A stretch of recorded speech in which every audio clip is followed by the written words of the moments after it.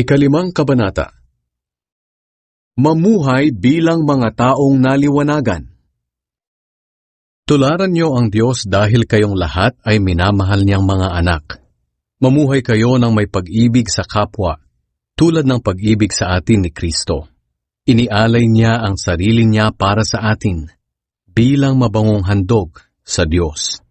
Dahil mga banal kayo, hindi nararapat na ang isa man sa inyo ay masabihang siya ay malaswa, mahalay at sakim.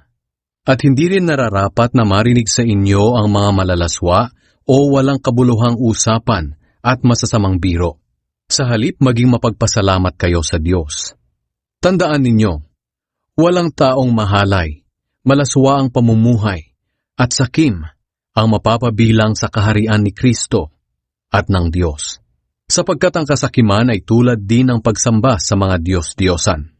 Huwag kayong padadala sa walang kabuluhang pangangatwiran ng iba tungkol sa masasama nilang gawain, dahil galit ang Diyos sa mga suwail.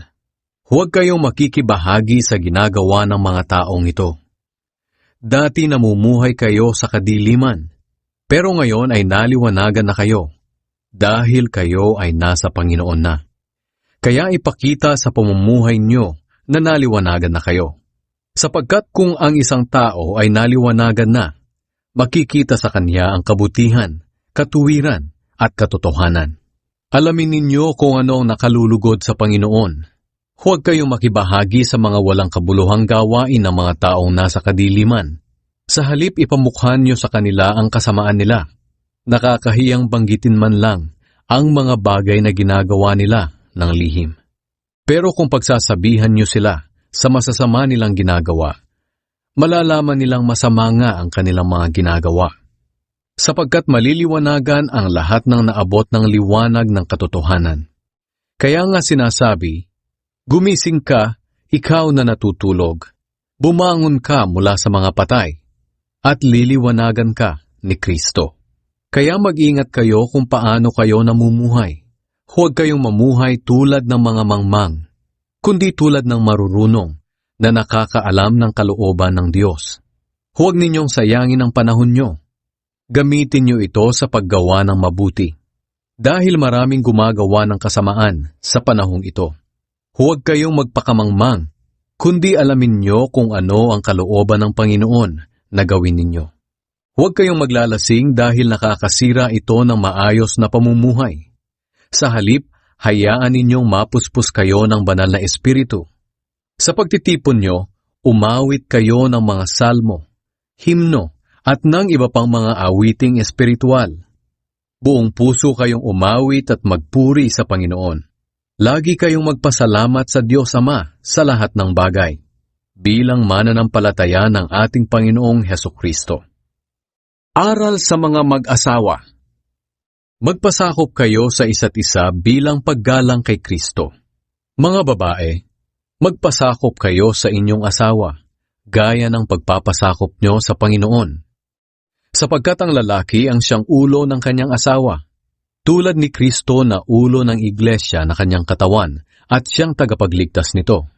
Kaya kung paanong nagpapasakop ang iglesia kay Kristo, dapat ding magpasakop ang mga babae sa asawa nila sa lahat ng bagay.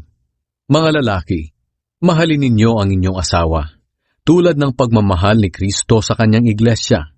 Inihandog niya ang kanyang sarili para sa iglesia upang maging banal ito, matapos linisin sa pamamagitan ng bautismo sa tubig at ng salita ng Diyos. Ginawa niya ito para maiharap niya sa kanyang sarili ang iglesia na maluwalhati, banal, walang kapintasan, at walang anumang bahid o dungis. Kaya dapat mahalin ng lalaki ang asawa niya tulad ng pagmamahal niya sa kanyang sarili. Sapagkat ang nagmamahal sa kanyang asawa ay nagmamahal sa kanyang sarili. Walang taong nasusuklam sa sariling katawan. Sa halip, pinapakain niya ito at inaalagaan. Ganito rin ang ginagawa ni Kristo sa atin dahil bahagi tayo ng kanyang katawan na tinatawag na iglesia. Sinasabi sa kasulatan, iiwan ng lalaki ang kanyang ama't ina at makikipag-isa sa kanyang asawa, at silang dalawa ay magiging isa. Kamangha-mangha itong malalim na katotohanan na ipinahayag ng Diyos. Isinasalarawan nito ang ugnayan ni Kristo at ng iglesia niya. Kaya kayong mga lalaki, mahalin ninyo ang inyong asawa gaya ng pagmamahal ninyo sa inyong sarili. At kayong mga babae, igalang nyo ang inyong asawa.